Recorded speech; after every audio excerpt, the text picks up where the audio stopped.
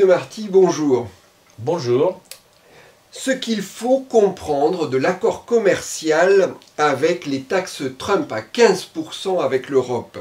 On va parler également de l'accord du Mercosur, de notre agriculture. Vous êtes la personne qui maîtrise ces sujets.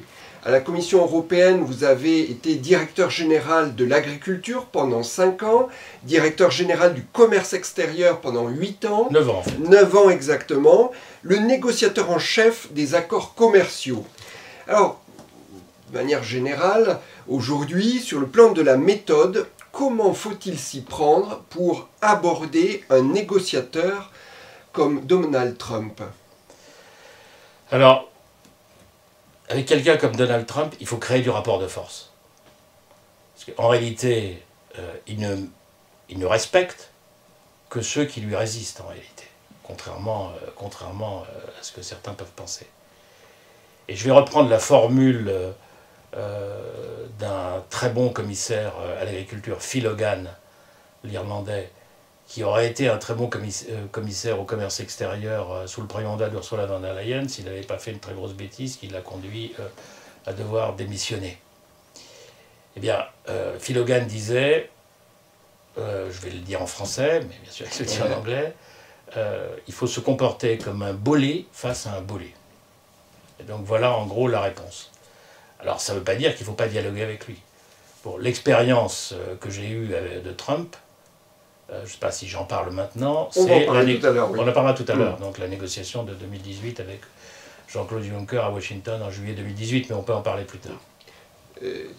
Donc ce rapport de force. Alors, le rapport de force, on l'a vu sur tous les écrans de la planète, c'est celui du deal de Donald Trump sur les droits de douane. Donc cet accord établi entre Donald Trump et l'Union européenne sur les tarifs douaniers, donc à Turnberry en Écosse le 27 juillet dernier, 15% de tarifs douaniers au lieu de 30, des investissements aux États-Unis de 600 milliards d'euros, de dollars, des importations de gaz et de pétrole à hauteur de 750 milliards de dollars sur 3 ans. Cet accord-là vous semble-t-il correct dans le contexte général d'aujourd'hui? Alors je crois qu'il faut distinguer deux aspects. Le premier aspect, c'est que dans la stratégie qui a été choisie par les leaders des grands pays de l'Union européenne, quasi unanimement choisie, même d'ailleurs par Emmanuel Macron qui cherche à le faire oublier, dans cette stratégie de ne pas prendre de rétorsion, effectivement, contrairement à ce que certains ont dit, c'était le moins mauvais accord possible. C'est d'ailleurs le moins mauvais de tous les accords qui a été conclu, contrairement à certaines présentations, puisque ces 15% ne s'ajoutent pas, c'est un plafond qui intègre les droits de douane classiques, ceux-là licites des Américains, consolidés à l'OMC, ce qu'on appelle les droits de la nation la plus favorisée, qui font en moyenne arithmétique 4,8%, donc 15 moins 4,8, ça veut à peu près l'équivalent de 10 de plus.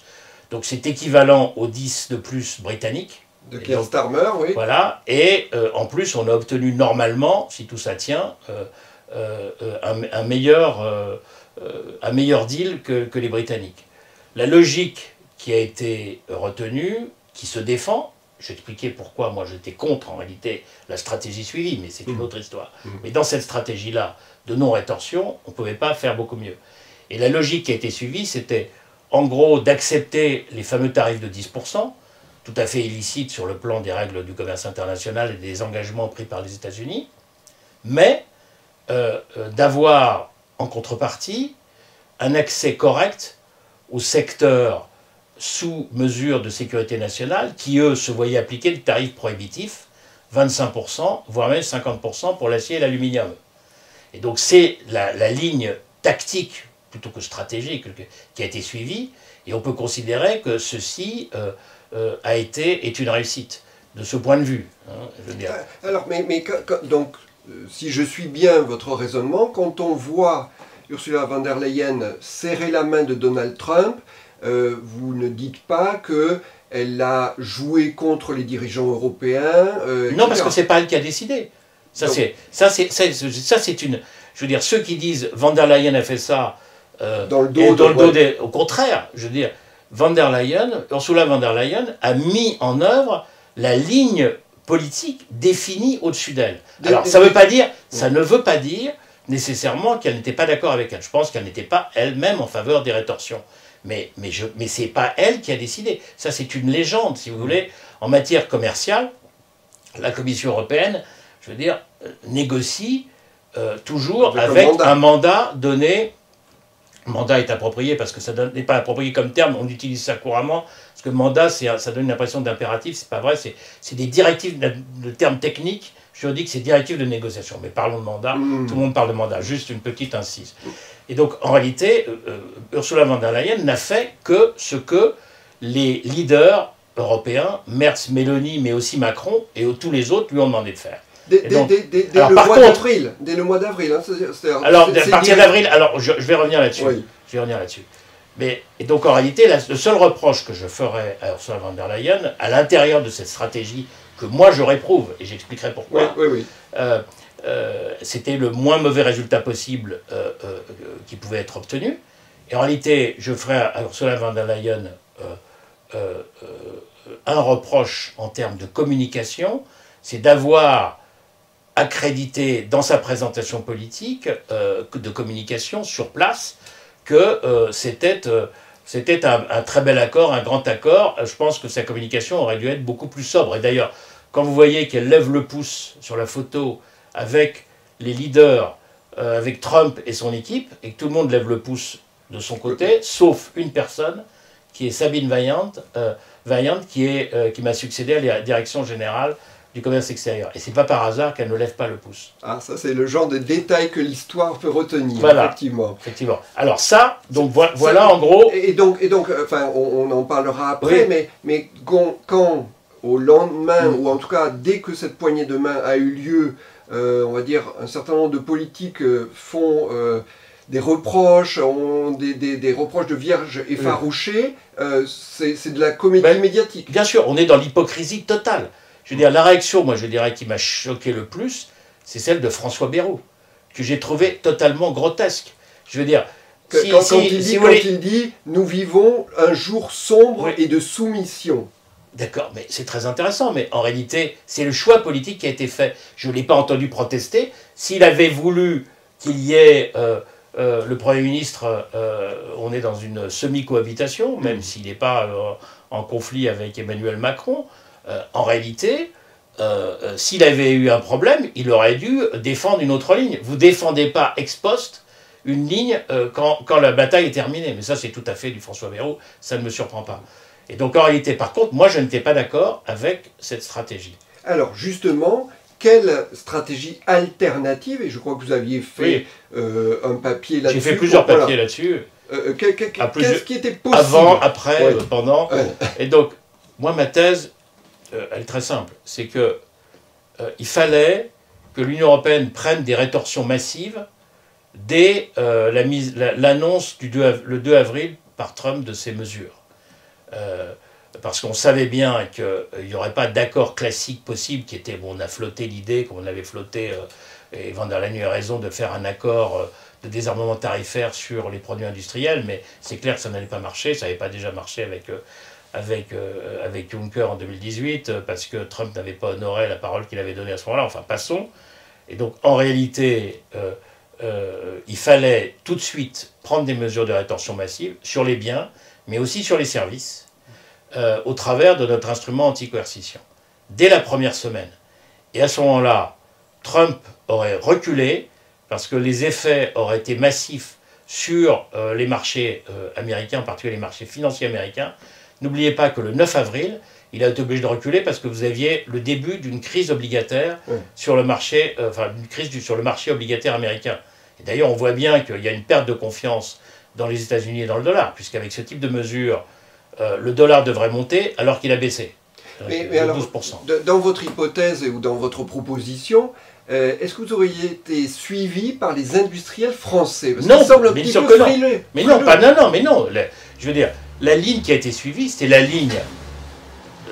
La logique de la ligne qui a été suivie, de ne pas prendre de rétorsion, c'était de chercher un accord probablement un peu illusoire qui n'aurait pas été sur les bases de Trump. On a vu, on était obligé de rentrer sur les bases de Trump avec un accord qui n'est pas si mauvais et quand même pas terrible, puisqu'en plus il viole pas mal de règles de l'OMC, et il n'est pas si bon que cela pour nous, même s'il est moins mauvais que d'autres. En réalité, si vous voulez, ce que je pense que nous devions faire, c'est créer ce rapport de force. À ce moment-là, on aurait négocié avec Trump. Je ne dis pas que les résultats auraient été meilleurs, mais ils n'auraient pas été forcément dramatiquement meilleurs, mais ils auraient été meilleurs, moins mauvais, mais surtout, on ne serait pas apparu comme se couchant devant Trump et cédant à son extorsion et sa coercition. Et ça, politiquement, c'est très important, parce que la perte de capital politique de l'Union européenne dans cette affaire est très grave.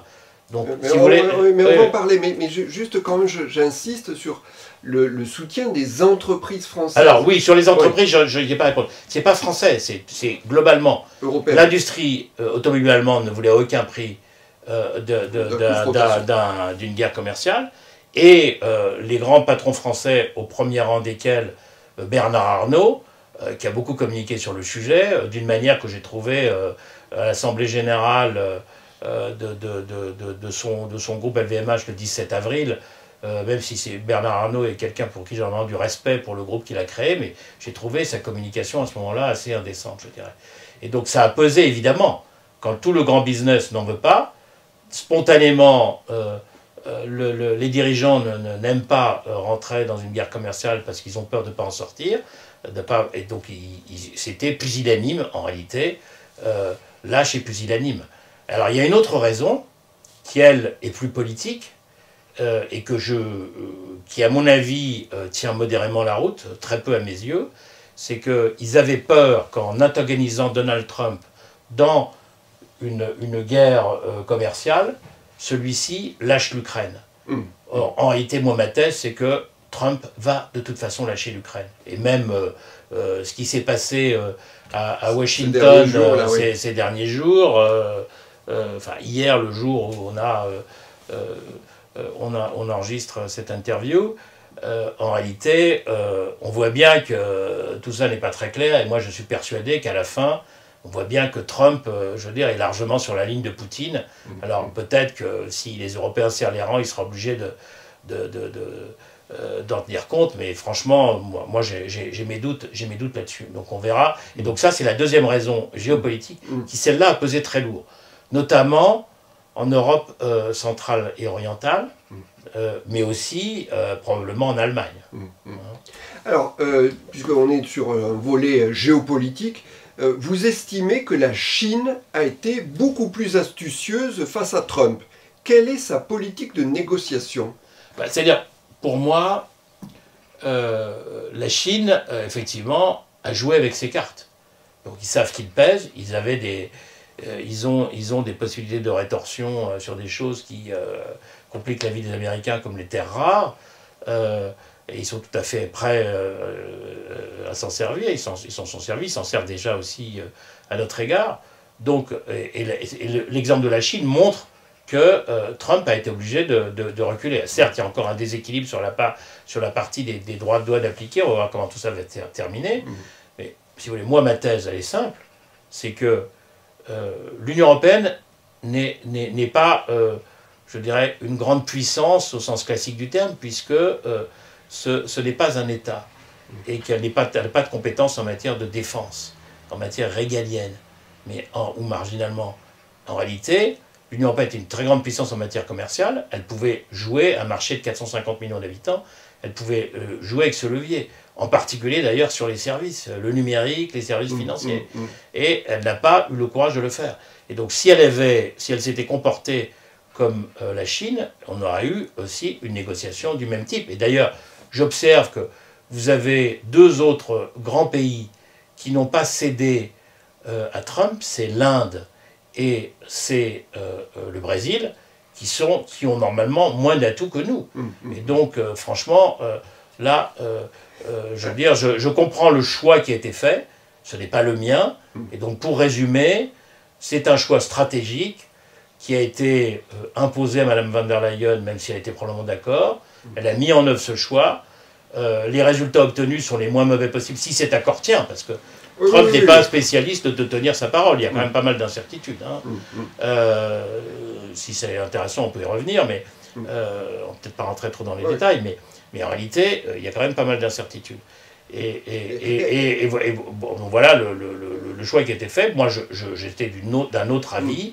Alors, bien entendu, il y a toujours une part de risque. Je veux dire, sur mon analyse en termes de négociation de Trump, je suis certain, puisque, je veux dire, on a bien vu que la seule annonce du 2 avril, les réactions de la Chine, etc., ont créé le début de crise obligataire, disons, de crise du marché obligataire, enfin du marché de la dette américaine, des bons du Trésor américain. Et donc, si nous, on avait rajouté notre poids là-dedans, la réaction en termes de crise aurait été encore beaucoup plus forte. Alors, dans l'ensemble européen, on dit que finalement, ce compromis aurait été surtout dicté par l'Allemagne et l'Italie. Qu'en est-il d'après vous? Alors ça, franchement, c'est comme d'habitude, c'est pipeau total. Bon, bien sûr, en réalité, il y a des intérêts différents. La préoccupation principale de l'Allemagne, c'était l'automobile. Après, et donc la France est très peu concernée sur le marché américain, l'Italie l'est un peu, et après, vous avez les autres secteurs sous sécurité nationale qui ne sont pas encore dedans, mais qui vont être sous sécurité nationale, comme la pharmacie. Tout le monde est intéressé, y compris la France. Et bien entendu, de minimiser les droits de douane à 15%, le plafond de 15%, enfin pour les droits de douane américains qui sont aujourd'hui en dessous de 15%, pour ceux qui sont au-dessus, c'est stable, ça ne bouge pas d'ailleurs, c'est un avantage. Par exemple sur les produits laitiers, où en gros c'est 15% aux États-Unis, ça va rester à 15%, et on pourra continuer à exporter. Bien sûr, sur les vins et spiritueux, si les spiritueux, contrairement à ce qui était prévu normalement, la déclaration commune n'est pas encore agréée, donc je ne sais pas si normalement les spiritueux sont dedans, mais effectivement, si les spiritueux sont zéro, on a l'aéronautique qui est à zéro, qui est un intérêt français important, et donc ça limite la casse. Donc moi je pense que c'est une présentation tout à fait erronée. Oui, on se décharge sur les autres. Comme d'habitude. Alors, dans ce document qui n'est pas encore totalement stabilisé, on parle d'une transition vers un accord de libre-échange. Non. Il n'y a pas ça Ah bon, non, alors, il faut distinguer deux aspects. Bon, tout d'abord, c'est un aspect lié aux règles de l'Organisation mondiale du commerce, mais dont les États-Unis se foutent complètement maintenant, de toute façon. En réalité, cet accord viole les règles fondamentales de l'Organisation mondiale du commerce. Pourquoi? Parce qu'il ne respecte pas le principe de la nation la plus favorisée, où on applique à tout le monde les mêmes tarifs. Nous, on a fait des concessions tarifaires à Donald Trump. J'attends de voir si elles seront MFN ou simplement pour les États-Unis. À mon avis, elles seront seulement pour les États-Unis. Donc c'est pas, on violera aussi l'accord, le principe MFN, enfin NPF en français, nation la plus favorisée, MFN en anglais. Donc ça. Et deuxièmement, c'est pas un accord de libre-échange, au sens qu'un accord de libre-échange, c'est un accord qui libéralise substantially all trade, et on considère généralement que c'est 90% du commerce. Donc c'est pas du tout ça. Donc c'est pas un accord de libre-échange. Alors évidemment, cette transition vers un accord de libre-échange, c'est un truc, ou un trick en anglais, pour essayer de dire qu'on est en transition dans un accord de libre-échange, et c'est autorisé, si vous êtes en transition vers un accord de libre-échange, de considérer que, même si ce n'est pas encore un accord de libre-échange, vous y êtes déjà presque. Donc c'est une présentation, mais je ne crois pas que, d'après mes sources bien informées à la Commission européenne, on ne compte pas utiliser cet argument. Je veux dire qu'il serait vraiment pas très sérieux. J'ai entendu dire que les Britanniques vont utiliser cet argument, mais franchement, c'est pas très très sérieux. Voilà en gros la raison de cette histoire de transition. C'est purement juridico-politique. Okay. Et alors, sur les semi-conducteurs et sur l'acier, Donald Trump a indiqué récemment qu'il précisera les taux des nouveaux droits de douane dans les prochaines semaines. On a l'impression... Non, pas sur l'acier, je pense sur le pharmaceutique. Bon, c'était indiqué comme ça dans la presse, mais enfin... Parce que sur l'acier, c'est fixé, c'est 50%. Mais on a l'impression que ça ne s'arrêtera jamais, en fait. C'est possible, mais ceci dit, la grande incertitude de l'accord, normalement, ce qui a été agréé, c'est que Donc on avale les 15%, donc en réalité qui sont plus 10, 4,8, et on paye 15% aussi sur le secteur sécurité nationale, sur les voitures, mais aussi sur les secteurs à venir, le pharma, les semi-conducteurs, et d'autres secteurs, peut-être il y avait le bois aussi, et derrière, vous avez l'acier, où on sait qu'on n'aura pas les 15%, mais normalement, on doit avoir des contingents tarifaires, je ne sais pas à quel taux, peut-être à 15%, j'en sais rien, mais enfin qui peuvent permettre d'exporter. Mais pour le moment, il y a une grande incertitude. Moi, je n'exclus pas du tout que Trump, bien que sur le site de la Maison-Blanche, on précise que les pharma et semi-conducteurs sont à 15%, mais je n'exclus pas que quand Trump va appliquer ces mesures de sécurité nationale à 25% ou plus, il ne nous applique pas 15%. Donc ça, à ce moment-là, pour moi, l'accord tombe. Enfin, je pense que là, les Européens ne peuvent pas tenir, et là, on sera obligé de prendre des rétorsions massives. Alors, et là, c'est une incertitude très importante. C'est clair. Alors juste, je reviens sur les déclarations de François Bayrou à l'issue de cet accord. Oui. Est-ce que un pays comme la France, tout seul, peut s'opposer à la mise en œuvre d'un accord de ce type? Bon, alors tout d'abord, c'est pas un accord. En fait, c'est une espèce d'understanding. Juridiquement, ça va prendre la forme d'actions unilatérales menées de chaque côté. Les Américains prennent leurs mesures, dans leur système. C'est un executive order dans leur système.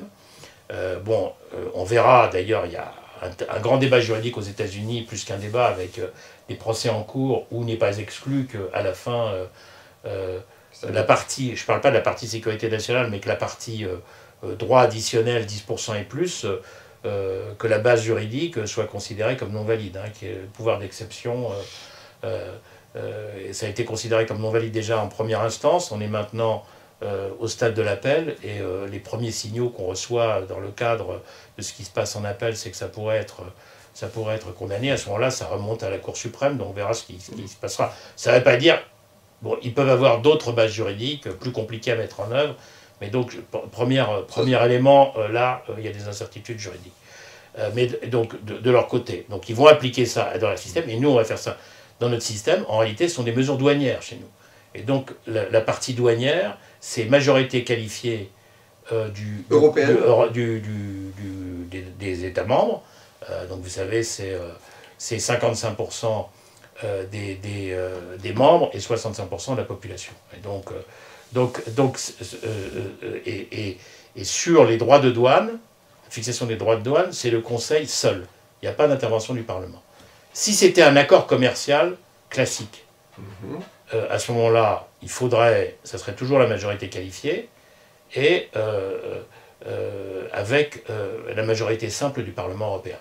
Mais il n'y a pas d'intervention des États membres à ce moment-là. C'est depuis un avis de la Cour de justice de 2017 qui a vraiment confirmé que en gros, les accords commerciaux, en gros, quel que soit leur contenu, c'était toujours de la compétence exclusive.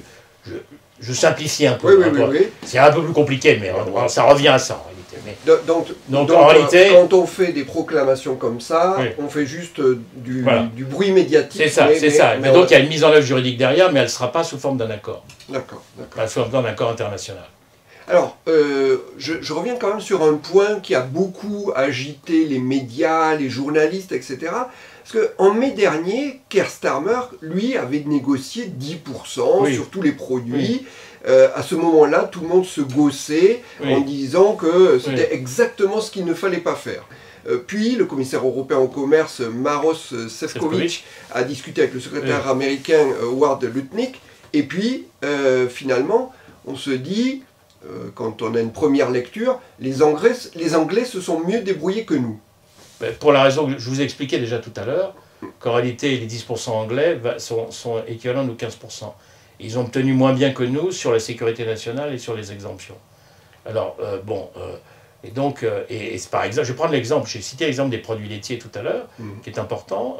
On exporte aux États-Unis des produits laitiers, en payant un droit de douane de 15%, et nous, on va continuer à payer 15% sur le fromage, en gros. Et les Anglais, bon, ils exportent un peu de fromage, du Stilton, enfin, c'est pas essentiel pour eux, et donc, ça veut dire pour eux, ça va être 25%.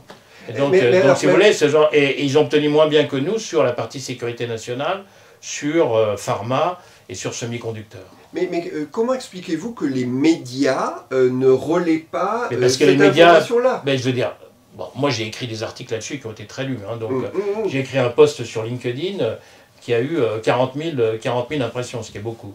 Et donc, j'ai écrit un article aussi dans Le Point, j'ai écrit aussi un article en anglais sur le site Uncompass, où j'explique bien tout ça. Tout simplement, je vais vous dire pourquoi, tout simplement. Tout simplement parce que beaucoup de journalistes ne font pas leur travail.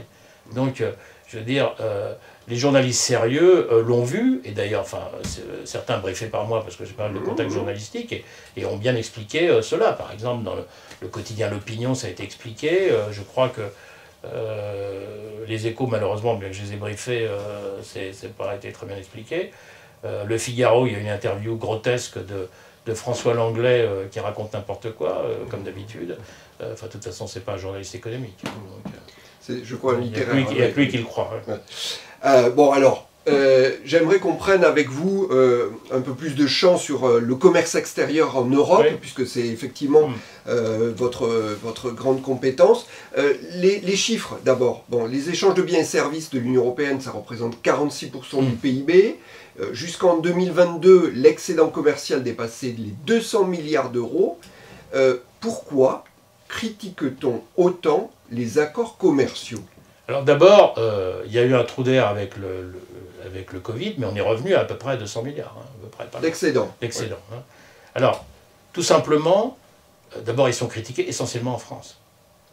Et je veux dire, quelle explication? L'explication, c'est aussi parce que bon, il y a une tradition protectionniste assez affirmée en France. Donc, la France est un pays d'idéologie où on fait de l'idéologie et on ne regarde pas les faits. Et on cherche à modifier, à distordre les faits pour les faire correspondre à l'idéologie. Ça, c'est le premier point. Et le deuxième point, une grande spécialité française. Donc les problèmes français, ce n'est pas de la faute de la France. La France est un grand spécialiste, enfin, la population française, c'est pour frapper sa coupe sur la poitrine des autres. Et donc, en réalité, on attribue aux accords de libre-échange des choses qui sont complètement fausses. Je vais prendre le cas du commerce extérieur français. Le commerce extérieur français est profondément dégradé, en gros, depuis le début des années 2000. On sait très bien quelles en sont les causes. C'est d'abord les 35 heures de Jospin. Je veux dire, la France avait même un excédent commercial.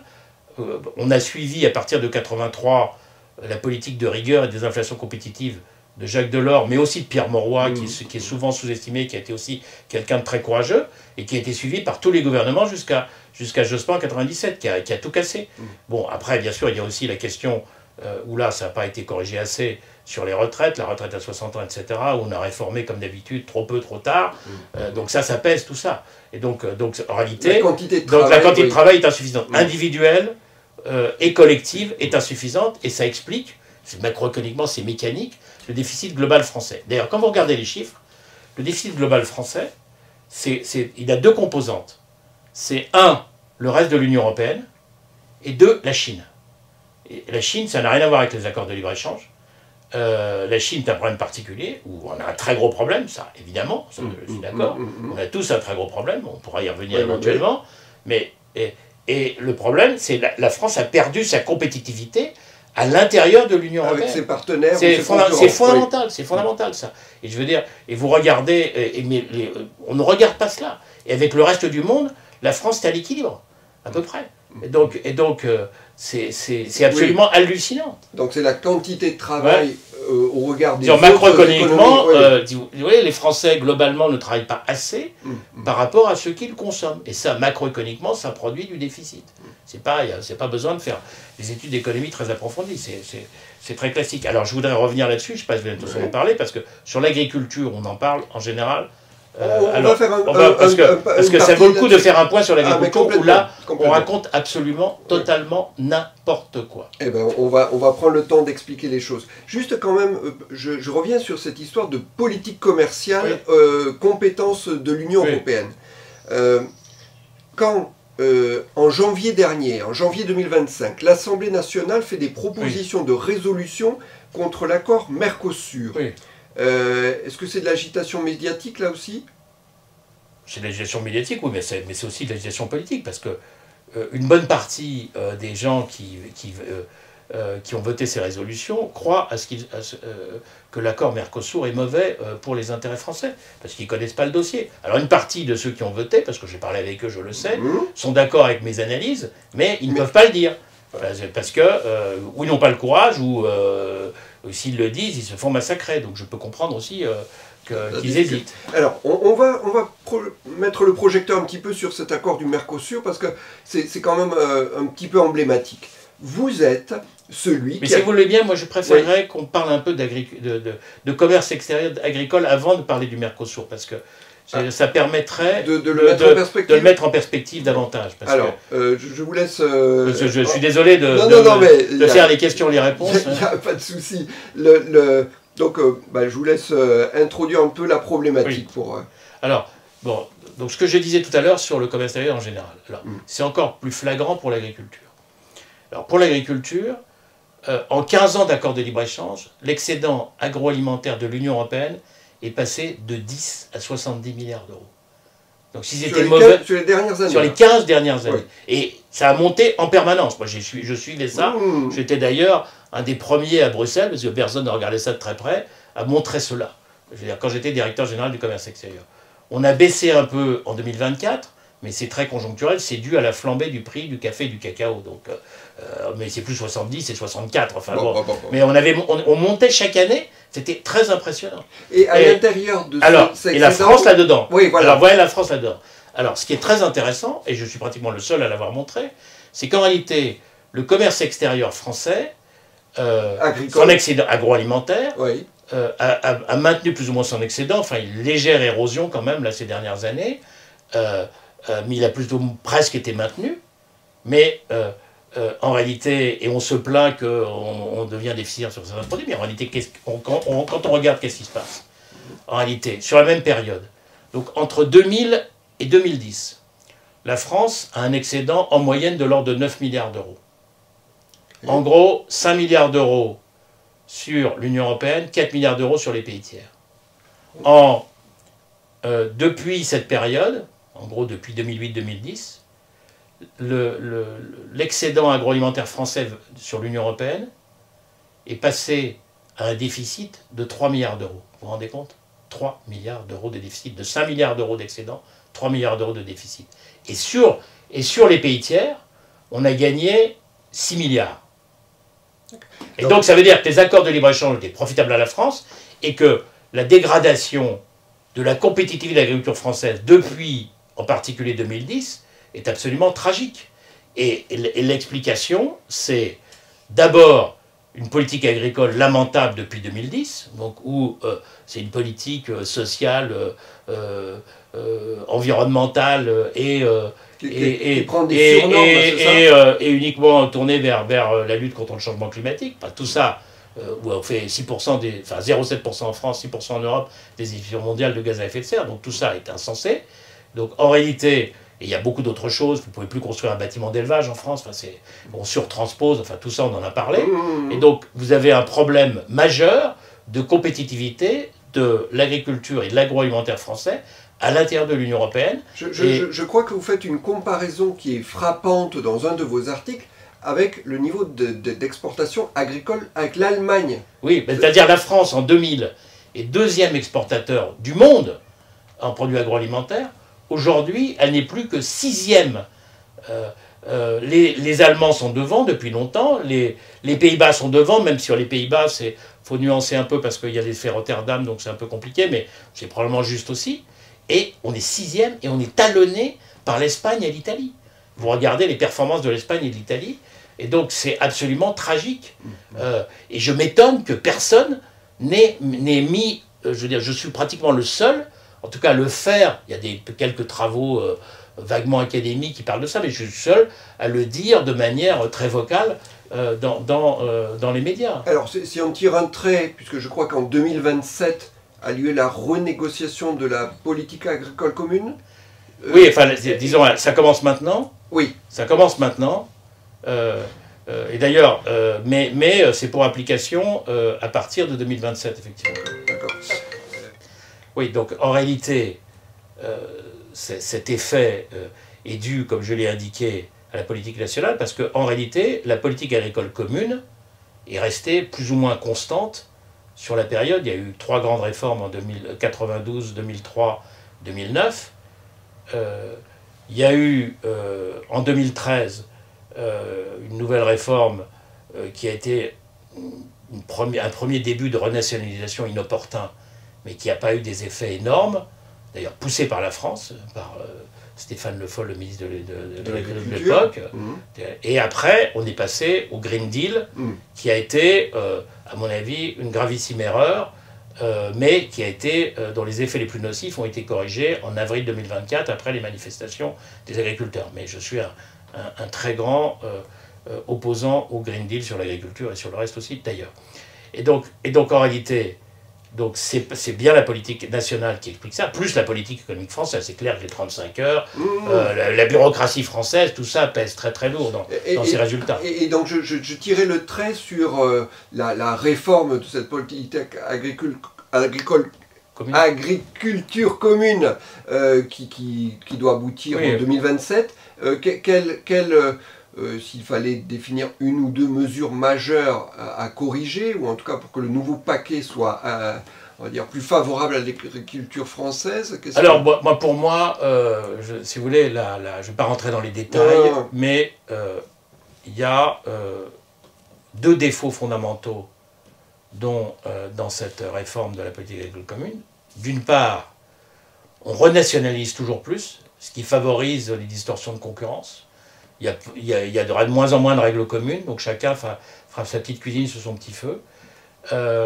Et la politique agricole commune, qui est quand même essentiellement une politique économique, avec bien entendu un soutien par des aides directes aux revenus, dont le versement est conditionné au respect des règles environnementales, sociales, de bien-être animal, sinon on ne touche pas ces aides, qui sont essentielles au soutien des revenus des agriculteurs. En réalité, tout ça est noyé dans des programmes nationaux où on met en même temps la politique de cohésion, donc c'est une espèce de machin, je veux dire, sans queue ni tête. Et il faut ajouter à cela que la politique elle-même est largement orientée vers plus de social, avec beaucoup de dégressivité des aides. Je n'en suis pas opposé par principe, mais c'est beaucoup trop dégressif, donc trop social, pas assez économique. Trop environnemental et changement climatique, même si il y a quelques amodiations bienvenues par rapport au Green Deal. Et donc, en réalité, la nouvelle PAC, c'est, d'une certaine manière, l'européanisation de la mauvaise politique agricole française entre 2010 et aujourd'hui, qui commence avec, d'ailleurs, pas seulement en 2012 avec l'agroécologie de Le Foll, ça commence avec le Grenelle de l'environnement de Sarkozy. C'est là où on commence à dériver. Et d'ailleurs, les chiffres le montrent, puisque j'ai parlé du commerce extérieur, mais le revenu agricole des agriculteurs français, le revenu par actif non salarié, inflation déduite, qui est un bon, disons, résumé, c'est un indicateur Eurostat, qui est un bon résumé de ce qu'est le revenu d'entreprise, il n'a augmenté entre 2010 et 2024 que de 15% en France. Soit de 77% en moyenne de l'Union européenne. 160% en Italie. Par contre, entre 1993 et 2010, donc les 3 grandes réformes dont je me suis occupé, le revenu agricole français a augmenté de 65%, et le revenu agricole européen, mais des 15, parce que j'ai enlevé, pour faire une comparaison correcte, le revenu des pays d'Europe centrale et orientale qui est en pleine transition, a augmenté de 38. Donc on voit bien, si vous voulez, qu'il y a une dérive qui est absolument colossale. Et je suis surpris. Moi, j'étais même été surpris des chiffres que j'ai trouvés. Je savais que ça n'allait pas bien, mais c'est à un degré que je n'imaginais pas. Alors, pour se mettre à hauteur d'assiette, moi j'ai une question que peut-être tout citoyen peut se poser, c'est quand on va chez son boucher, on voit le prix de la viande bovine. Il est aujourd'hui plus élevé que jamais. Exact. Quand on est dans la logique de la politique agricole commune, on pourrait s'attendre à une baisse des cours, en tout cas parce que le secteur reçoit d'importants soutiens publics. Oui, mais ces soutiens publics sont des soutiens qui sont normalement découplés. Ça veut dire qu'il faut être un agriculteur actif, mais ils ne sont pas liés à telle ou telle production. Vous choisissez ce que vous avez envie de produire. L'agriculteur, il ne produit pas ce qu'il a envie, enfin il produit ce qu'il aime produire, mais il produit surtout pour le marché. Bien sûr. Et donc en fonction aussi des caractéristiques climatiques, pédologiques. Ici en Bretagne, on est plus fait pour faire du lait, du porc, de la volaille, et dans ma région d'origine, la Champagne, on fait du blé, des céréales et des betteraves. Bon, et donc effectivement, je veux dire, il y a une combinaison de l'ensemble. Mais donc, si vous voulez, de ce point de vue, excusez-moi, j'ai perdu le fil. L'histoire du prix de la viande bovine. Alors sur le prix, en réalité, le fait qu'on soit passé à un système d'aide directe, en réalité, n'a pas été mauvais sur les prix. Parce qu'en réalité, d'une certaine manière, on est plus ou moins, sauf sur la viande bovine, où on a des protections importantes, et aussi sur la volaille, même aussi sur le porc, on est en gros à prix mondial. Et donc, avec un complément d'aide qui est important, qui fait, disons, en gros, en moyenne à peu près entre 200 et 250 euros à l'hectare, enfin c'est variable, et qui est indispensable justement pour compenser, pour que le revenu de nos agriculteurs soit correct, pour qu'ils puissent exercer leur métier conformément. Et sur la viande bovine, effectivement c'est très intéressant, peut-être qu'on reviendra à la question du Mercosur, parce que sur la viande bovine, les prix n'ont jamais été plus élevés qu'aujourd'hui. Ils ont augmenté de plus de 50% par rapport à 2019. Et c'est un des secteurs les plus soutenus. Mais alors, venons-en au Mercosur, parce que vous êtes celui qui a dirigé en 2019 l'équipe qui a négocié cet accord de libre-échange. Alors d'abord, rappelons sur le Mercosur les pays concernés, c'est l'Argentine, la Bolivie, le Brésil, le Paraguay et l'Uruguay. La Bolivie est pas, elle est dans le Mercosur, mais elle n'est pas dans le. Je crois pas qu'elle soit dans l'accord. Mais c'est secondaire en sens. Peut-être une touche personnelle, c'est-à-dire vous avez négocié cet accord en direct. Comment cela s'est-il passé, on va dire les différentes étapes d'une négociation internationale comme ça? Alors, c'est clair que c'est un accord très compliqué. Le mandat de négociation date de 99. D'ailleurs, des opposants disaient c'est obsolète parce que le mandat de 99. Pourquoi? Non. Et en réalité, la négociation sérieuse n'a eu lieu qu'entre 2016 et 2009. Vous avez eu... De 2019, oui. De 2016 à 2019. Vous avez eu un peu de négociation au début entre 2000 et 2003, 2004, mais on a privilégié très vite, les Mercosuriens ne nous donnaient rien, donc c'était un accord très peu ambitieux, donc on avait privilégié la négociation multilatérale du Doha Round à ce moment-là. Il y a eu un début de reprise quand je suis devenu directeur général du commerce extérieur. J'étais assez réticent moi-même d'ailleurs, à l'époque, en 2011, mais ça n'a rien donné. Et donc en réalité, c'était un accord difficile et compliqué parce que nos intérêts sont très importants en matière industrielle et de services. Et je rappelle qu'en 20 ans, on a perdu en part de marché sur le marché du Mercosur la moitié de notre part de marché. On est passé de 35% à 17% pour l'Union européenne sur le marché du Mercosur, pris largement par la Chine. Alors que sur le reste de l'Amérique latine, on a des accords de libre-échange, on a maintenu nos parts de marché. Donc en réalité, nos intérêts sont évidents. La complexité, c'est l'agriculture. Parce que le Mercosur est la zone la plus compétitive du monde pour nos produits agricoles les plus sensibles, qui sont le bœuf, la volaille et le sucre. Et peut-être aussi le bioéthanol. Et donc la complexité, c'est qu'évidemment, si y a des quantités trop importantes qui rentrent, ça déstabilise beaucoup notre agriculture. Et donc la difficulté était de conclure un accord avec des quotas, quasiment des quotas, ce qu'on appelle des contingents tarifaires. Ce pas des quotas physiques, c'est des quantités, je veux dire, maximales à l'intérieur duquel on donne des préférences tarifaires à droit nul ou à droit faible, et les quantités supérieures payent les droits pleins qui sont prohibitifs sur notre marché, et donc la marchandise rentre pratiquement pas. Et donc la difficulté est de négocier des contingents tarifaires qui soient suffisamment faibles pour ne pas pénaliser notre marché. Et ça a été là la grande difficulté de cette négociation. Et donc finalement, on a conclu avec des quantités très faibles données à ces pays, 1,5% du marché de la demande de l'Union européenne en matière de viande bovine, de viande de volaille, et en sucre, c'est même un peu moins, je ne vais pas rentrer dans la technique,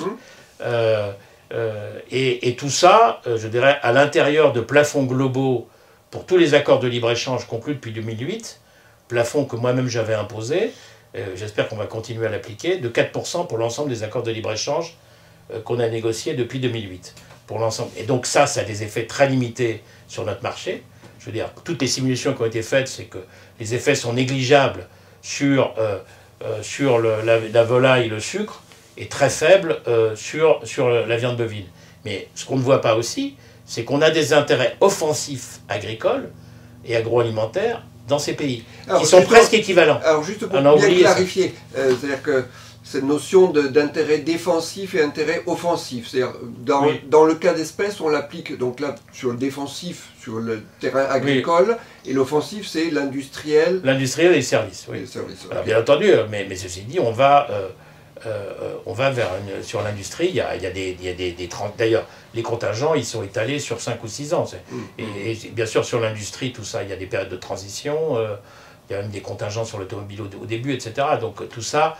Je veux dire, mais on va faire éviter à nos entreprises de payer 4 milliards d'euros de droits de douane sur le marché du Mercosur. Et les chiffres que j'ai donnés sur la perte de nos parts de marché sont impressionnants. Alors, il ne faut pas oublier que, donc, ce qu'on oublie souvent, c'est que quand je citais les 70 milliards d'euros d'excédent commercial agroalimentaire de l'Union européenne, ça montre bien qu'on a plus d'intérêts offensifs que défensifs. On a des intérêts défensifs qui sont peu nombreux, mais très très sensibles, des produits très sensibles. Et qui sont les produits offensifs du Mercosur. Donc c'est évidemment compliqué. Mais nous, on a des produits offensifs sur le marché du Mercosur, les produits laitiers, les vins et spiritueux, et les produits dérivés des céréales. Pas les céréales elles-mêmes, parce qu'ils produisent aussi des céréales, mais on n'est pas menacé par leurs céréales. Et ça, c'est des forces françaises. Et là, on va gagner aussi beaucoup de ce côté-là. Presque autant que ce qu'on leur donne sur... Et donc là... Mais alors, quand on vous écoute... Et plus les indications géographiques. Les indications géographiques qui sont protégées. Ça, c'est un des grands succès dont personne ne parle dans les accords. On a réussi à protéger toutes nos indications géographiques dans tous nos accords de libre-échange, et particulièrement le Mercosur, y compris dans des pays qui étaient sous influence américaine dans l'arrière-cour des États-Unis. Alors, quand on vous écoute, on est convaincu, mais... Quand, le 6 décembre 2024, Ursula von der Leyen annonce la signature de cet accord entre l'Union européenne... Pas la signature, techniquement c'est pas la signature, c'est la conclusion de l'accord. Bon. C'est l'équivalent, disons, c'est l'équivalent du paraphe d'un accord entre les négociateurs. Alors il n'y a plus de paraphe aujourd'hui puisque tout se fait électroniquement, donc, mais c'est l'équivalent du paraphe. Alors quand il y a cette annonce... eh bien, on dit, bon, bah, effectivement, l'agriculture va être sacrifiée, etc. Tout le monde se lève, on a l'impression de revoir le même film, c'est-à-dire c'est une sorte de désinformation voilà, qui perturbe la compréhension de ces accords. Néanmoins, eh bien, à ce moment-là, le président de la République parle de clause miroir. Parce qu'on peut se dire, en tout cas, dans les arguments qui sont posés, il y a le fait de dire, bah, on va être envahi par des produits qui ne respectent pas les mêmes normes que nous, et donc c'est pas juste. Alors, d'abord, ça passe très bien. Un truc de sémantique, qu'est-ce que c'est que ces clauses miroirs? Alors, ces clauses miroirs, en réalité, c'est que les pays qui rentrent dans l'Union européenne devraient respecter l'ensemble des conditions de production et de commercialisation des produits. Donc l'ensemble, à tout niveau, environnemental, voire même social, enfin bon. Alors, enfin, ce qu'on vise surtout, c'est aussi l'environnement et le côté sanitaire, phytosanitaire. Alors, premièrement, il faut rappeler que tous les produits qui rentrent dans l'Union européenne, accord de libre-échange ou pas, doivent respecter nos normes sanitaires et phytosanitaires. Absolument. Il n'y a pas plus, pas d'hormones et pas d'antibiotiques pour l'engraissement. Ça veut dire que même s'il y a plus de traces d'hormones ou d'antibiotiques, mais qu'on peut prouver qu'il y a eu de la production hormones et antibiotiques, le produit ne peut pas rentrer. Et donc ça, alors bien sûr, on nous dit, ouais, mais c'est pas contrôlé. Ce qui est faux, je veux dire, il y a eu en 2024 des missions d'audit des systèmes de contrôle du Brésil, en viande bovine, en volaille, menées par les vétérinaires de l'Union européenne, parce que c'est la responsabilité de l'audit des systèmes, d'ailleurs aussi à l'intérieur de l'Europe, c'est les vétérinaires de la DG Santé, les vétérinaires de l'Union européenne. Par contre, les contrôles individuels des produits sont la responsabilité des États membres. Donc, je ne dis pas qu'il n'y a pas des marges pour améliorer les contrôles, mais globalement, la situation n'est pas mauvaise du tout, et cet audit, contrairement à une présentation qui a été faite, mais on n'a pas le temps de rentrer dans le détail, des mensonges racontés par Canfin et compagnie, je veux dire, ça va relativement bien. D'ailleurs, quand il y a eu des problèmes avec le Brésil, quand j'étais directeur général de l'agriculture, on avait fermé sur la viande bovine et la volaille, sur certaines zones au Brésil, même totalement, à un certain moment. La clause miroir, donc sanitaire et phytosanitaire, donc de certaine manière, sanitaire et phytosanitaire, on le fait.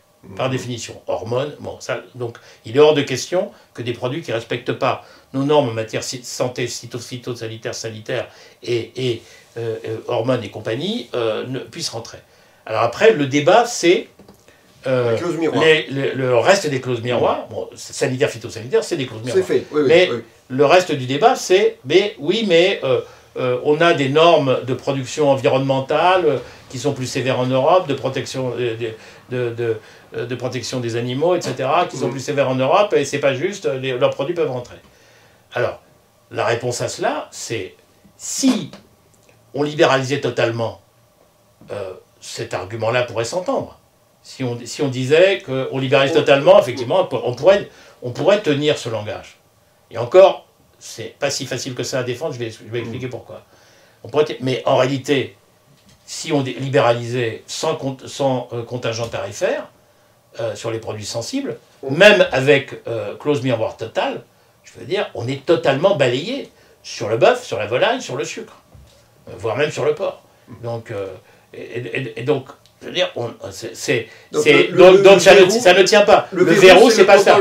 Donc, si vous voulez, ce truc-là ne tient pas la route. Et en plus, sur le plan des principes, les 40 milliards d'euros d'aide directe aux revenus que touchent les agriculteurs, 7 milliards d'euros pour la France, chaque année, ces aides majoritairement découplées, en réalité, elles sont là pour compenser des écarts de coûts de production entre les pays tiers et l'Union européenne, en particulier pour ceux qui sont les plus compétitifs ici. Alors c'est vrai aussi, par exemple, avec un pays très compétitif sur le lait, par exemple, la Nouvelle-Zélande. Donc donc vous ne pouvez pas, je veux dire on verse des aides pour compenser l'écart, et en même temps, on vous oblige de faire la même chose. C'est pas négociable. Je veux dire, ça veut dire que c'est négocier le beurre et l'argent du beurre. Moi, je suis un négociateur très expérimenté, très respecté dans le monde. Négocier en même temps le beurre et l'argent du beurre, je ne sais pas faire. Mais alors, pourquoi, Emmanuel Macron fait un impératif de ces clauses miroirs pour le Mercosur? Je veux dire pourquoi. Parce qu'il sait très bien ce qu'il fait. Il pensait qu'il avait trouvé la martingale parfaite, sachant qu'on ne pourrait pas l'obtenir, pour tuer l'accord. C'était ça le jeu. La tactique. Alors, la tactique. Mais qui, à mon avis, comme souvent avec Emmanuel Macron, c'est le côté « je suis plus malin que tout le monde », et finalement, il creuse un trou dans lequel il tombe. Parce qu'aujourd'hui, je veux dire, il est clair que la France va sûrement être minorisée au Conseil en majorité qualifiée sur l'accord avec le Mercosur. Attendons de voir, il subsiste quelques incertitudes.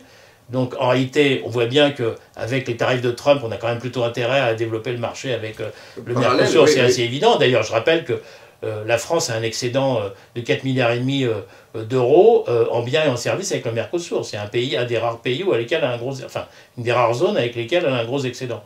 Et donc en réalité, la France cherche désespérément à sortir du corner dans lequel elle s'est mise, mais évidemment, avec cette histoire de clause miroir, c'est extrêmement difficile. Et donc cette ratification de l'accord du Mercosur est prévue fin 2025. Elle devrait intervenir dans le courant du second semestre, mais je veux dire, il va y avoir des débats acharnés, mais je pense que les tarifs de Trump vont nous aider un peu. À votre niveau, avec votre expérience, quelles leçons tirez-vous de plus de 15 ans de politique commerciale et d'accords européens? C'est-à-dire ces accords qui sont sortis du multilatéralisme et qui sont des accords ponctuels de l'Union européenne avec d'autres pays. Quand le Doha Round a échoué en 2008, d'ailleurs j'étais un des principaux négociateurs, j'étais le chef négociateur pour la partie agricole qui était la partie presque la plus importante, enfin en tout cas une partie très importante qui commandait tout le reste. Et d'ailleurs, je pense qu'on avait bien négocié, puisqu'on n'est pas apparu comme étant responsable de l'échec, on était prêt à faire un deal. Je considère finalement qu'avec le recul, c'est plutôt mieux qu'on n'ait pas conclu, parce que je suis assez d'accord avec les États-Unis que ça aurait été un cadeau trop grand à la Chine. Je pense qu'ils n'ont pas tort, donc de ce point de vue-là, en particulier sur la partie industrielle. Mais je referme cette parenthèse. En réalité, on a basculé à partir de ce moment-là vers des accords de libre-échange avec les pays développés et les grands émergents. Alors qu'avant, les accords de libre-échange, c'était soit avec des émergents isolés comme le Chili ou le Mexique, soit avec des pays proches en procédure de préadhésion à l'Union européenne. Mais il y avait très peu d'autres accords de libre-échange en réalité. Et donc on a basculé dans une négociation d'accords de libre-échange avec les grands pays développés, et ça a été un grand succès, comme les chiffres que je vous disais tout à l'heure. Il y a un grand échec avec les États-Unis, mais ça je peux en parler. J'y étais très favorable. Je considère qu'on avait fait une grosse erreur en ouvrant cette négociation, parce que c'est impossible de trouver un accord de libre-échange ambitieux avec les États-Unis, même avec une expression normale. Je laisse de côté Trump. C'est impossible à cause du système politique américain qui ne leur permet pas de faire les concessions trans-silos pour arriver à un accord équilibré, dire je suis un peu moins ambitieux sur l'agriculture, puisqu'ils sont plus offensifs que nous, même si on a aussi nos offensifs, ils ont leurs défensifs, mais à condition que vous respectiez mieux mes défensifs sur l'industrie ou sur les services ou sur les marchés publics. Sur les services, ils ont aussi quelques défensifs comme le transport maritime. Et en réalité, ils sont incapables, à cause de leur congrès et à cause de leurs États sous-fédéraux, qui ont beaucoup de compétences en matière de services de marché public, ils sont incapables, je dirais, de bâtir un compromis global qui passe. Parce que vous avez, au Congrès, vous avez le sénateur machin de l'État de truc, qui est intéressé à deux produits et qui se fout du reste. Et donc en réalité, c'est la difficulté. Donc je referme cette parenthèse. Donc ça a été un très gros succès. Et je voudrais aussi, ce qui n'est pas mentionné souvent, c'est que depuis 2009, on a une nouvelle architecture de ces accords avec un chapitre développement durable ambitieux, dans lequel tous les accords, les conventions clés de l'Organisation internationale du travail doivent être respectées, d'une part, et d'autre part, tous les grands accords environnementaux multilatéraux doivent être respectés. Donc c'est vraiment chaque accord inclut ces clauses. Voilà, exactement. Voilà. Oui. Et en plus, il y a une innovation qui aurait dû, au contraire, populariser l'accord Mercosur dans sa phase finale. Parce qu'en plus de ces chapitres de développement durable, par exemple, ça nous a permis de forcer la Corée à ratifier trois conventions clés de l'Organisation internationale du travail. Ex post. L'accord a été ratifié en 2012 et 2011, et in fine, en 2020, on a fait un panel, disons, bilatéral qui était ouvert, etc. Enfin, je ne rentre pas dans les détails techniques, mais ça nous a permis. Et vous avez ce qu'on appelle des clauses essentielles qui sont issues sur le plan juridique de la Convention de Vienne sur les traités de 1969. La clause essentielle, c'est une clause dont la violation caractérisée peut justifier une suspension totale ou partielle unilatérale de l'accord par une des parties. C'est ça une clause essentielle. Et on a introduit les clauses essentielles, droits de l'homme et non-prolifération des armes de destruction massive. dans nos vieux accords, disons, de libre-échange, genre accord de voisinage, comme avec Israël, dont on parle aujourd'hui, vous aviez des clauses droits de l'homme. Il n'y avait pas les armes de destruction massive, la non-prolifération des armes de destruction massive. Et maintenant, dans notre template, depuis, et j'avais poussé beaucoup en ce sens, j'étais d'ailleurs à l'origine de l'idée, c'était dans une lettre que Jean-Claude Juncker avait envoyée en décembre 2017 à Emmanuel Macron, de proposer que l'accord de Paris sur le climat devienne aussi une clause essentielle. Okay. Et après, les Français, comme d'habitude, se sont emparés du truc en disant c'est notre idée, très bien, on n'a pas de problème avec ça, enfin, on les connaît bien. Et après, donc, dans la pratique qu'on essaye d'imposer dans tous nos accords de libre-échange, c'est d'avoir l'accord de Paris sur le climat, clause essentielle. Et on a réussi à l'introduire dans l'accord Mercosur. Et ça, c'est pour ça que Bolsonaro bloquait. Non. Bolsonaro, en réalité, ça s'est bloqué du temps de Bolsonaro. Pourquoi ? Parce que, en réalité, on n'a pas poussé parce que Bolsonaro, sur l'Amazonie, déconnait complètement. Donc si vous voulez, donc c'était sur l'environnement. On n'avait pas à ce moment-là la clause essentielle est apparue plus tard. Ça a été un des grands succès de la renégociation, enfin de la reprise de la négociation à partir de 2023. Et ça c'est un truc évidemment extrêmement important. Et s'y ajoute aussi l'accord de Glasgow dans le cadre du climat, de la COP. L'accord de Glasgow, c'était l'interdiction de la déforestation à partir de 2030, mais qui n'était pas, dans cet accord qui a été aussi ratifié par le Mercosur, qui n'était pas juridiquement contraignante. Et on a cet accord de Glasgow maintenant, juridiquement contraignant, dans le corpus de l'accord Mercosur. Donc c'est énorme. Et donc moi, je ne comprends pas, si vous voulez, quand vous mettez tout ça bout à bout, je veux dire, on est je veux dire, dans l'opposition à l'accord Mercosur en plein délire, mais qui est typiquement français. Donc, je veux dire, c'est... Alors, Jean-Luc je voudrais vous poser une question. Vous qui avez été conseiller au cabinet de Jacques Delors, ardent défenseur de l'Europe, vous êtes familier des interactions entre le monde politique, le commerce. Comment pensez-vous, de manière un peu plus à long terme, que l'on puisse contrer Donald Trump, qui est l'homme de la charnière entre ces deux mondes, la politique et le commerce? En particulier, à l'Organisation mondiale du commerce, est-ce qu'on peut contester ces abus manifestes? Bien sûr, c'est ce qu'on avait fait sous Trump 1 sur les mesures de sécurité nationale. Ils avaient d'ailleurs perdu, mais comme ils ont empêché le renouvellement des membres de l'organe d'appel du règlement des différends, donc vous avez deux étapes dans l'Organisation mondiale du commerce, à la différence du GATT, vous avez la première étape, première instance qui est un panel, et après, si vous n'êtes pas content du résultat, vous faites appel, mais cet appel ne peut plus avoir lieu puisqu'il n'y a plus personne dans l'organe d'appel. Donc ce qui se passe, quand les États-Unis perdent... C'est les États-Unis qui ont empêché ça. Ouais. Ça a commencé sous...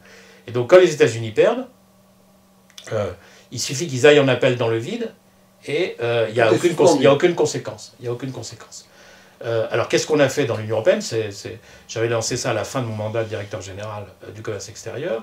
On a créé un organe d'appel alternatif qui doit représenter aujourd'hui à peu près 56 membres, je crois, qui fonctionne comme l'organe d'appel, et tous les membres, y compris la Chine, se sont engagés à, s'ils vont en appel, de n'aller en appel que devant cet organe d'appel alternatif. Il y a d'ailleurs déjà eu quelques cas. Et donc, et la Chine est dedans, ce qui est important. Le jour où la Chine ne serait plus dedans, c'est à voir. Mais je reviens un moment sur la Chine.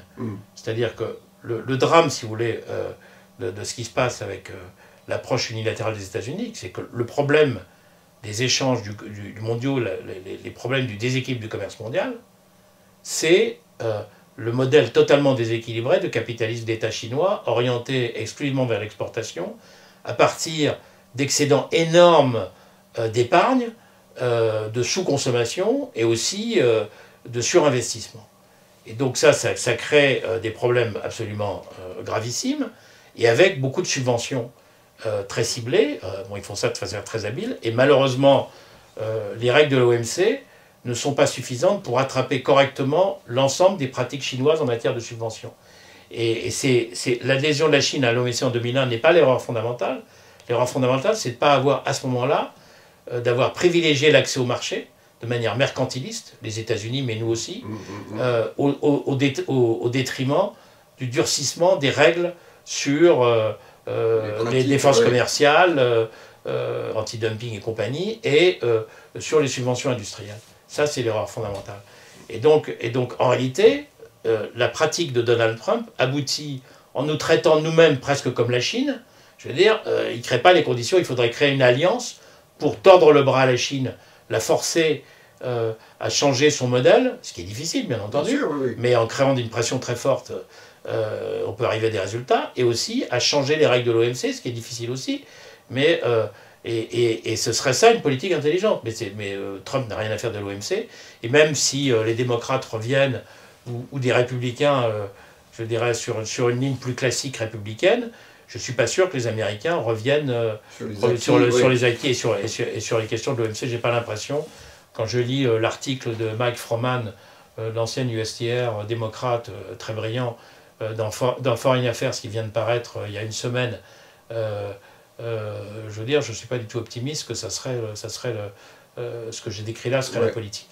Alors évidemment, dans ces conditions, nous, on va devoir s'adapter, voir comment on joue les choses. Et ça va être assez compliqué. Donc on a le choix, soit à essayer de bâtir un nouveau corpus de règles presque en dehors de l'OMC, mais sans les États-Unis et sans la Chine, parce qu'avec la Chine, on n'arrivera à rien. Mais évidemment, sans la Chine et les États-Unis, c'est quand même un problème sérieux. Ou d'essayer, sans les États-Unis avec la Chine, de réformer, mais moi, je ne crois pas que ça soit raisonnable, je ne crois pas qu'on arrivera à des résultats. Donc j'espère quand même que peut-être les États-Unis, si le Trumpisme n'est qu'un intermède, ce qui est loin d'être certain, qu'on puisse revenir à une meilleure situation, mais je ne suis pas très optimiste de ce côté-là, donc on va devoir réfléchir comment nous nous adaptons, et ce n'est pas simple. Bah écoutez, merci beaucoup Jean-Luc Lebarty de cette analyse et je crois que vous puisez aussi dans votre expérience évidemment, mais aussi dans le regard de l'histoire, peut-être une touche personnelle. Je crois que vous êtes un passionné de livres depuis votre enfance, on dit un bibliophile averti. Que vous a dévoilé cette passion de vous-même à travers ces livres, ce goût pour l'histoire, les beaux ouvrages? Oui, on en voit quelques exemples là derrière, enfin une toute petite partie de ma collection, très très petite. Mais en réalité, j'ai toujours été intéressé par les livres dès que j'ai su lire à 4 ans. Alors c'est vrai que j'étais un peu précoce, j'étais 2 ans plus jeune que mes condisciples à l'école. Ce qui ne m'a pas posé de problème, bon, j'étais pas harcelé ou modérément comme ça peut être le cas aujourd'hui, et je savais aussi me défendre, et en réalité les livres étaient pour moi aussi, j'ai toujours adoré apprendre, curiosité intellectuelle, et donc pour moi c'était essentiel de lire. Et il y avait donc pour accumuler de la connaissance, mais aussi j'avais un goût pour la littérature, et donc j'ai lu beaucoup de littérature. J'en lis moins aujourd'hui, enfin je suis un grand adepte de la littérature classique. Là, il y a une toute petite partie de mes Pléiades, donc j'en ai... Beaucoup de 19e siècle. Oui, mais pas seulement le 19e, non, il y a aussi beaucoup des écrivains 20e. Je lis très peu la littérature d'aujourd'hui, que je trouve, je veux dire, peu intéressante dans l'ensemble. Je trouve le problème, c'est qu'il y a tellement de déchets pour trouver une perle que, je veux dire, on n'a pas très envie de chercher. Bien sûr, il y a des écrivains d'aujourd'hui que j'admire beaucoup, comme Patrick Modiano, que je trouve excellent, remarquable écrivain. Donc, mais globalement, je m'intéresse plutôt à la littérature classique, pas seulement du 19e, mais aussi du 18e et le 20e. Et dans votre parcours, je ne sais pas si... Quand vous aviez 18 ans, vous aviez la vocation de devenir grand négociateur international, mais si là, maintenant, vous aviez à prendre un café avec le jeune Jean-Luc, que vous étiez à 18 ans, sur le plan de la vocation et de la vie qui va avec, que lui diriez-vous?